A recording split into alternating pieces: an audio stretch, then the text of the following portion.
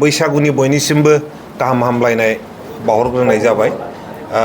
आंजों लोगोसे दङ जोंनि इउथ UPPL नि वार्किं प्रेसिडेन्ट इरागदाव ब्रह्म बिथां, लोगोसे दङ जेनेरेल सेक्रेटारि फ्रान्सिस टप्प बिथां, आरो लोगोसे दङ जोंहा केशियार फुकन लाहारि बिथां। जोङो नोंथांमोनखौ लिंहरनायनि खारना जाहैबाय मोनसे गिदिरथार थांखिजों लिंहरनाय जादों। मानगोनां UPPL नि प्रेसिडेन्ट आरो BTR नि चिफ प्रमद बर'सानि बिथोन मथे जोङो बोरैहाय बड'लेण्डआव कनस्ट्राक्टिभ पलिटिक्सखौ लांनो हायो बेखौ नोजोर बोनानै मोनसे माराथन रेस जोङो लानाय जादों। बियो जाहैबाय युथ फर बेटार टुमर' रान फर ड्राग्स फ्रि बड'लेण्ड। बोरैहाय जोङो जोंनि इयुन जोलैखौ, जोंनि जाखांफुनाय इयुन जोलैखौ, युथखौ मोजां लामाजों लांनो हायो बेखौ नोजोर होनानै नैबे जेनाखि माराथन बेखौ लानाय जादों।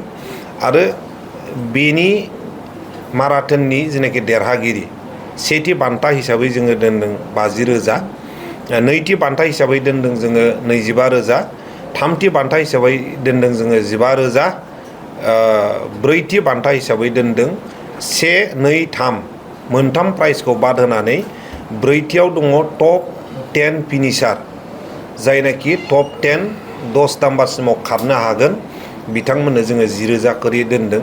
दा जोङो नायनानै मोनदों भारतनि गुबुन गुबुन रायजोनिफ्रायबो बिथांमोनहा रेजिस्ट्रेसन खालामदों। भुटाननिफ्रायबो मोनसे मोननै रेजिस्ट्रेसन खालामनायखौ जों नुनो मोनदों।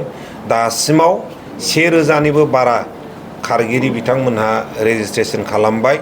दा जोङो आसा खालामदों जेनाखि फैबाय थानाय माराथन गाबोन फुंनि 6 बाजियाव जागायगोन बनरगावनिफ्राय, बियो गाजा गोमजायैनो जानानै थांगोन।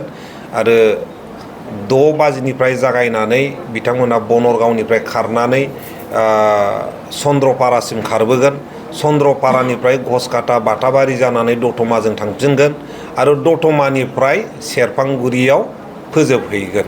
दा बेवहायनो जोंहा फ्लेग अफखौ बानायगोन जोंनिनो BTR नि मानगोनां चिफ प्रमद बर' सार, आरो बेजों लोगोसे थागोन जोंहा क'क्राझारनि MLA लरेन्स इस्लारि बिथां, बेजों लोगोसे थागोन जोंहा BTR नि गासैबो EM आरो MCLA बिथांमोनहा। जोङो मिजिंथिदों बियो जोबोद गिदिरथार माराथन जागोन आरो जोंनि गेजेराव ड्राग्सनि एवारनेसखौ लाबोनायजों लोगोसे, ससाइटिनि मोनसे एवारनेसखौ लाबोनायजों लोगोसे ससाइटिखौ जोङो बोरै मोजां लामाजों लांनो हायो बिनि मोनसे एवारनेस फैगोन। आरो बेजों लोगोसे बेबो जागोन कि कनस्ट्राक्टिभ पलिटिक्सखौ जोङो बोरै गेलेनांगौ। जोङो पलिटिक्स बुङोबा मानसिखौ रायनाय, सोंखारिनाय जोङो बेखौ नुयो, नाथाय सोंखारियाबालानो रायाबालानो बोरैहाय जोङो मोजां लामाजों पलिटिक्सखौ लांनो हायो जोङो बेखौबो मोनसे नोजोर बोदों।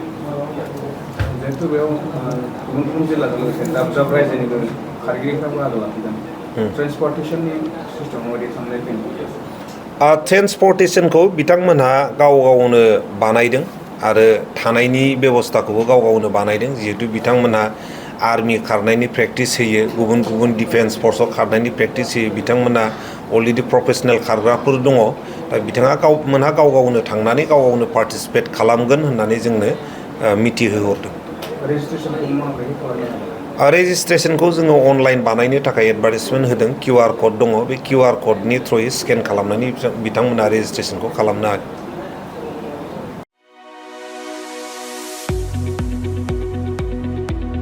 गुनगोनां गोजौ सोलोंथाइ लानो गोसो गुदुं फरायसाफोरनि थाखाय गोजोनथाव खौरां। क'क्राझारनि बड'लेण्ड स्टार एकाडेमियाव फरायसाफोरनि मुं थिसननाया सोलिगासिनो। 2025-26 सोलोंथाइ बोसोरनि थाखाय 6 थाखोनिफ्राय 9 थाखोसिम आरो HS फार्स्ट इयार आरो HS सेकेन्ड इयार थाखोआव फरायसाफोरनि गोदानै मुं थिसननाया सोलिगासिनो।